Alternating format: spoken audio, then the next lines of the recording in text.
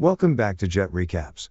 Today I will show you a drama movie from 2006, titled The Ultimate Gift. The first scene begins with the funeral of Howard "Red" Stevens, a self-made billionaire. After the funeral, Red's greedy family all gathered in the office of his lawyer, partner, and friend, Ted Hamilton, for the reading of his will. Including those present is his spoiled grandson, Jason Stevens, who had lived off a trust fund all his life. Jason does not expect to inherit anything from his grandfather, as he resents his grandfather over the death of his father. The reading of the will leave the family members feeling angry and cheated. And as they leave angrily, Jason also attempts to leave the office, believing his grandfather also left him with nothing. But Hamilton calls him back, showing him a box containing his inheritance. Inside the box is a video recording of Red, when he was still alive. And in the video, Red assures Jason a share of the inheritance, but under a condition: to carry out a series of tasks, which Red calls a series of gifts, that will lead Jason to an ultimate gift on completion. But if Jason fails in any way, or a task is not executed to Hamilton's satisfaction, he gets nothing. And to begin his task, he is instructed to leave for Houston the next day. Comfortable living by his trust fund, Jason refuses initially. But after being convinced by his materialistic girlfriend, Caitlin, that there is no harm in extra cash, he leaves for Houston very early the next day. On arrival, a rancher friend of Red, named Gus, picks him up. And when Jason asks for his gift, Gus laughs and instructs him to be ready tomorrow for an early breakfast. Not taking Gus seriously, he sleeps in the next day. And when Gus attempts to wake him up, he ignores him. But after getting tased, he follows Gus to work, on an empty stomach. Gus takes him to a corner of his property, and asks him to build a barbed wire fence. Unbothered, Jason spends the first day doing nothing, and trying to get reception. But on thinking that the gift comes after the test, he decides to put his back into the task. And after a month of hard work, he passes the test, and Gus sends him back. Still clueless, Jason has high hopes of collecting a physical gift. But he is disappointed when Hamilton tells him he had already received the gift, which is the gift of work. However, he agrees to go on with the tasks.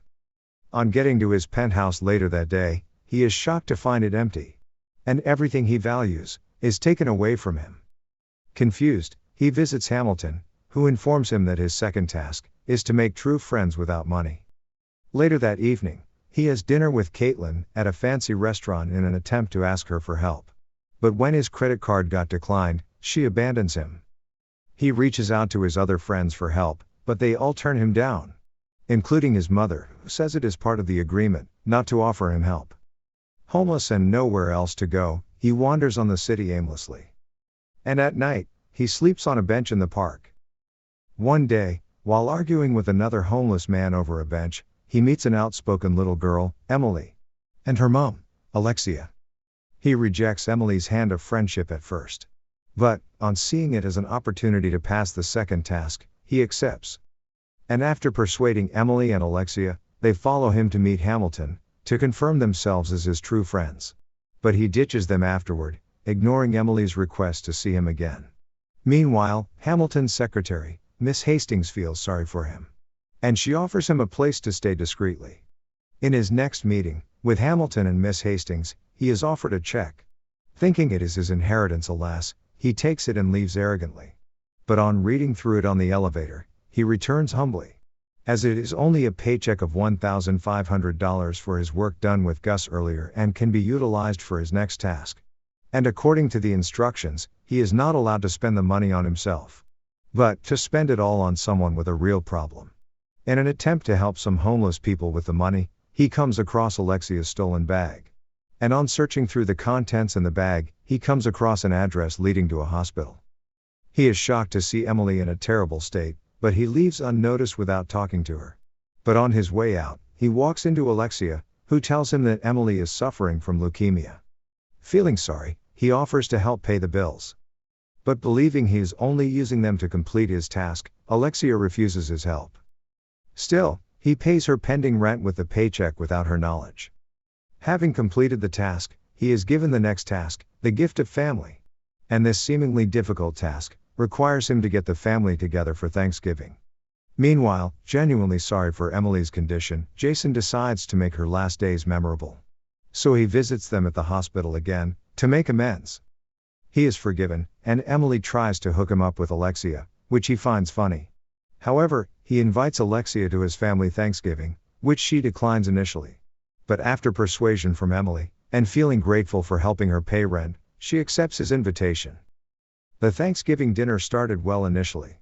But things soon get heated up, as everyone throws accusatory fingers at each other, over their share of the inheritance, and when they find out that Jason has brought them together, solely for his selfish interest, to get the rest of the inheritance, a fight breaks out. Angry, he leaves with Alexia. And when she advises him to learn to appreciate other valuable things, he insists money change things, and is hell-bent on getting his inheritance. Sad by his perspective about life and money, she leaves after promising to pay him back the rent. Afterward, he visits Hamilton at his home, and he is given his next task, the gift of learning. And this requires him to travel to Ecuador to study in the library about what his father and grandfather have built, to help the people.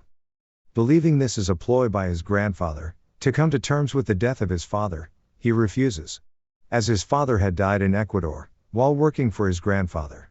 But after a visit to Emily the next day, he makes up his mind to go to Ecuador. And for ruining their Thanksgiving, he hopes to return in time for Christmas. In Ecuador, Jason is warmly welcomed by the locals. And he is shocked to discover that the library is named in memorial of his father. Moved by the poor state of the library, he quickly set about putting things in order. One day, while he was working, one of the locals came in, claiming to be there the night his father had died. And under a promise, to make Jason learn the truth about his father's death, he takes him to a mountain. On the mountain, Jason learns that the story he had always believed about his father's death was a lie, as it had been fabricated by his grandfather out of guilt for trying to force his father into the oil business. Bored and restless, Jason's father had impulsively taken out a plane, in an attempt to run away. Unfortunately, the plane had crashed, leading to his death.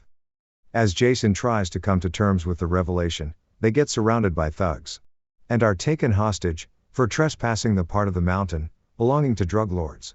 But after several weeks of being locked up, luck shines on them on Christmas Day. Their captors had carelessly left the door unlocked, and had passed out from excessive alcohol. Grabbing the opportunity, Jason manages to escape with a tour guide. On getting back to America, he is devastated to hear that Emily's health had deteriorated, and had little time to live. To fulfill her wish, he asks Hamilton for his grandfather's jet, to take Emily and Alexia to Gus Ranch, to give them a belated Christmas gift. A romantic relationship finally ensues between him and Alexia, during their stay. And he fulfills another of Emily's wishes, by kissing Alexia during a horse ride. For his last task, his grandfather instructs him to come up with a dream and act on it. Though Jason is unsure of his dream, the lessons over the months have shaped him greatly. And with a change of perspective, he desires to help others fulfill their dreams. After deliberating and evaluating his answer to the last task, Hamilton finds it satisfactory. And he gives Jason a sum of $100 million, to do with whatever he pleases. With his financial status reinstated, Caitlin attempts to win him back, but Jason declines her offer.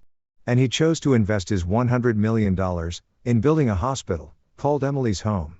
But sadly, Emily passes on before the project began. And after the groundbreaking for Emily's Home, Jason is recalled by Hamilton, for one more meeting. For superseding his grandfather's expectations, by giving out all of the $100 million. He is given a final gift of $2 billion, which leaves him speechless. The movie comes to an end as Alexia joins him at a bench in a park, as they kiss passionately, a butterfly representing Emily hovers over them. If you enjoyed this recap, kindly like and subscribe to our channel and click on the bell icon. Do let us know what you think about the movie in the comments section below. Enjoy other movie explanations on our channel. Thanks for watching.